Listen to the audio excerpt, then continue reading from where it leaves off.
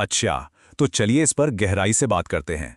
सोचिए, अगर मैं कहूं कि इस दुनिया के सारे बंधनों से बाहर निकलने का रास्ता कहीं बाहर नहीं, बल्कि अपने ही शरीर के अंदर मौजूद है। जी हां, रीढ़ की हड्डी के ठीक निचले हिस्से में एक ऐसी जबरदस्त कॉस्मिक एनर्जी सोई हुई है, जिससे अगर जगा दिया जाए तो जिंदगी जैसी हम जानते हैं पूरी तरह से बदल सकती है। 1 मिनट के लिए रुकिए और ईमानदारी से खुद से ये सवाल पूछिए, क्या हम सच में पूरी तरह से जिंदा महसूस कर रहे हैं? या फिर हम में से ज्यादातर लोग, करीब करीब 99% लोग, एक तरह के ऑटो पायलट मोड पर जी रहे हैं। सुबह उठना, भागना, टेंशन लेना, सोचते रहना और फिर सो जाना। ये एक ऐसी जिंदगी है जो जागने से ज्यादा नींद के करीब लगती है। हम सब बाहर कामयाबी ढूंढते हैं, मोटिवेशन ढूंढते हैं, पर अंदर एक खालीपन सा महसूस होता है ना? आज हम उसी सीक्रेट चाबी की बात करेंगे जो इस खालीपन को हमेशा के लिए भर सकती है। तो सवाल ये है कि आखिर ये सीक्रेट पावर है क्या चीज? हमारे हजारों साल पुराने ग्रंथों में इसे एक नाम दिया गया है, कुंडलिनी। चलिए समझते हैं कि हमारे शरीर के अंदर काम कैसे करती है। हठयोग प्रदीपिका में एक बहुत गहरी बात कही गई है। ये जो कुंडलिनी है, ये एक दो-धारी तलवार की तरह है। एक अज्ञानी इंसान के लिए यही ऊर्जा उसे बांध कर रखती है, लेकिन एक योगी के लिए यही ऊर्जा परम स्वतंत्रता यानी अल्टीमेट फ्रीडम का रास्ता बन जाती है। मतलब जो इसे नहीं जानता वो इसका कैदी है, और जो इसे जगाना सीख लेता है वही असली योगी है। इसको ऐसे समझिए, हमारा शरीर सिर्फ मांस और हड्डियों का ढांचा नहीं है, ये तो 72,000 एनर्जी वायर्स का एक कॉम्प्लेक्स नेटवर्क है। सोचिए, 72,000। हमारे ऋषियों ने इन्हीं ऊर्जा की तारों को नाड़ी कहा था, और इन्हीं नाड़ियों से होकर हमारी जीवन शक्ति, हमारा प्राण पूरे शरीर में दौड़ता है। अब इन 72,000 नाड़ियों में से तीन सबसे जरूरी हैं। इन्हें समझिए एनर्जी के 3 सुपर हाईवे। बाईं तरफ है ईड़ा, दाईं तरफ है पिंगला, और इन दोनों के बिल्कुल बीच में हमारी रीढ़ की हड्डी के अंदर से जो गुजरती है वो है सबसे पावरफुल नाड़ी, सुषुम्ना। यही वो रॉयल रोड है, वो मेन हाईवे है जिस पर कुंडलिनी एनर्जी अपनी यात्रा करती है। 3.5, 3.5, ये नंबर बहुत बहुत दिलचस्प है। शास्त्रों में कहा गया है कि ये जो एनर्जी है, ये एक सोई हुई नागिन की तरह 3.5 चक्कर लगाकर बैठी है। पर सवाल ये है कि 3.5 ही क्यों? 3 क्यों नहीं? 4 क्यों नहीं? इसमें क्या राज छिपा है? और यहीं छिपा है सबसे बड़ा साइकोलॉजिकल सीक्रेट। देखिए, इसके जो 3 पूरे चक्कर है ना, वो हमारे मन की 3 बेसिक स्टेट्स को दिखाते हैं: सत्व, रजस और तमस। सत्व मतलब शांति और क्लैरिटी, रजस मतलब एक्शन, बेचैनी, और तमस मतलब आलस, जड़ता।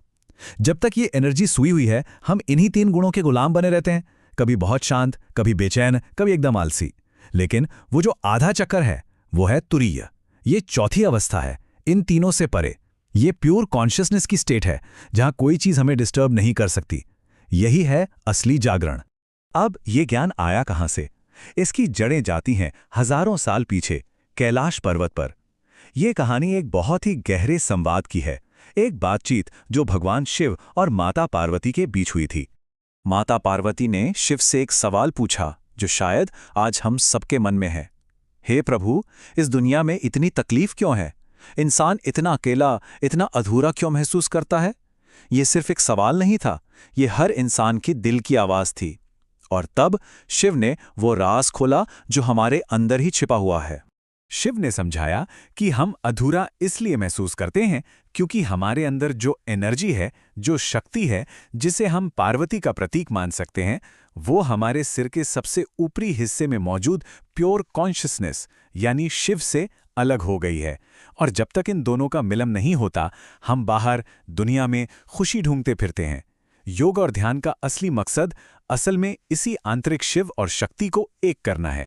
तो ठीक है, ये तो हुई थ्योरी, पर प्रैक्टिकल रास्ता क्या है इस एनर्जी को जगाने का? ये रास्ता गुजरता है हमारे शरीर में मौजूद 7 पावर सेंटर्स से, जिन्हें हम चक्र कहते हैं। तो चलिए इस अंदर की यात्रा पर निकलते हैं। और ये कोई फालतू की बातें या कल्पना नहीं है। हर चक्र के जागने से हमारी असल जिंदगी में जबरदस्त बदलाव आते हैं। जैसे सबसे पहला चक्र मूलाधार जब जागता है तो पैसे और मौत का डर खत्म हो जाता है। सोचिए, फिर जब एनर्जी मणिपुर चक्र तक पहुंचती है तो ऐसा कॉन्फिडेंस आता है जिसे कोई हिला नहीं सकता। अनाहत चक्र के जागने पर दिल में नफरत और जलन की जगह नहीं बचती और आज्ञा चक्र, वो तो कमाल की इंट्यूशन पावर देता है। ये सच में एक आम इंसान से सुपर ह्यूमन बनने का पूरा ब्लूप्रिंट है। अब दिमाग में एक बहुत बड़ा सवाल आता है, अगर ये ज्ञान इतना ज्यादा पावरफुल है तो इसे हजारों सालों तक आम लोगों से छिपाकर क्यों रखा गया? क्या वजह थी? ये सवाल अपने आप में बहुत गहरा है और इसका जवाब सिर्फ आध्यात्मिक नहीं है, बल्कि इसके पीछे सामाजिक और राजनीतिक कारण भी थे।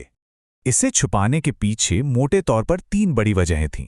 पहली वजह, पावर स्ट्रक्चर्स का डर। सोचिए, एक जागा हुआ इंसान किसी से नहीं डरता, और जो डरता नहीं उसे कंट्रोल कैसे किया जा सकता है? तो ये पॉलिटिकल और सोशल सिस्टम के लिए खतरा था। दूसरी वजह, अधूरे ज्ञान का खतरा।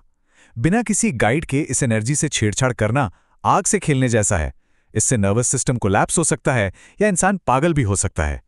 और तीसरी सबसे जरूरी वजह थी पवित्र गुरु शिष्य परंपरा। ये कोई किताब से सीखने वाली चीज नहीं थी। ये एक जिंदा ऊर्जा थी जिसे एक गुरु अपने शिष्य को सीधे ट्रांसफर करता था, जिसे शक्तिपात कहते हैं। अब ये सब सुनकर लग सकता है कि ये तो सब पुरानी आध्यात्मिक बातें हैं, लेकिन सबसे हैरान करने वाली बात यह है कि आज की मॉडर्न साइंस, आज की न्यूरोसाइंस धीरे धीरे उन्हीं बातों पर पहुंच रही है जो हमारे ऋषियों ने हजारों साल पहले ही कह दी थी। आपको एक कमाल की बात बताता हूं। मेडिकल साइंस ने हमारे शरीर में एक बहुत ही खास नर्व की खोज की है। इसका नाम है वेगस नर्व। और न्यूरोलॉजिस्ट ये देखकर हैरान है कि इस नर्व का रास्ता जो दिमाग से पेट तक जाता है, और इसका काम हमारी सुषुम्ना नाड़ी से हूबहू मिलता है। जब हम मेडिटेशन करते हैं तो असल में यही वेगस नर्व शांत होती है और पूरा नर्वस सिस्टम रिलैक्स हो जाता है। ये कोइंसिडेंस है क्या? अच्छा, डॉक्टरों का सिंबल तो सबने देखा होगा, है ना? एक डंडा और उस पर लिपटे हुए 2 सांप। पता है वो क्या है? माना जाता है कि वो कुछ और नहीं बल्कि हमारी सुषुम्ना नाड़ी यानी वो डंडा और उसके चारों ओर घूमती हुई इड़ा और पिंगला नाड़ियां यानी वो 2 सांप का ही एक प्राचीन प्रतीक है। मेडिकल साइंस का सबसे बड़ा सिंबल हमारे योग विज्ञान से आया है। और सबूत चाहिए? चलिए देखते हैं। मशहूर साइकोलॉजिस्ट कार्ल जंग ने इस सोई हुई नागिन को हमारे कलेक्टिव अनकॉन्शियस का सबसे पावरफुल सिंबल माना। न्यूरोसाइंस की स्टडीज बताती हैं कि कुंडलिनी योग करने से दिमाग का मेमोरी सेंटर हिप्पोकैम्पस बड़ा होता है। ये हमारे ब्रेन को पॉजिटिव बदलावों के लिए रीवायर करता है, और बायोकेमिस्ट्री के लेवल पर यह स्ट्रेस हार्मोन्स को कम करता है और दिमाग में गाबा नाम का एक रिलैक्सिंग केमिकल छोड़ता है। मतलब विज्ञान अब इसे खारिज नहीं कर रहा बल्कि इसकी पुष्टि कर रहा है। तो बात साफ है, ब्रह्मांड का सबसे बड़ा खजाना हमारे अंदर ही सो रहा है। हम पूरी जिंदगी उसे बाहर ढूंढते रहते हैं, चीजों में, लोगों में, कामयाबी में, पर वो तो अंदर है।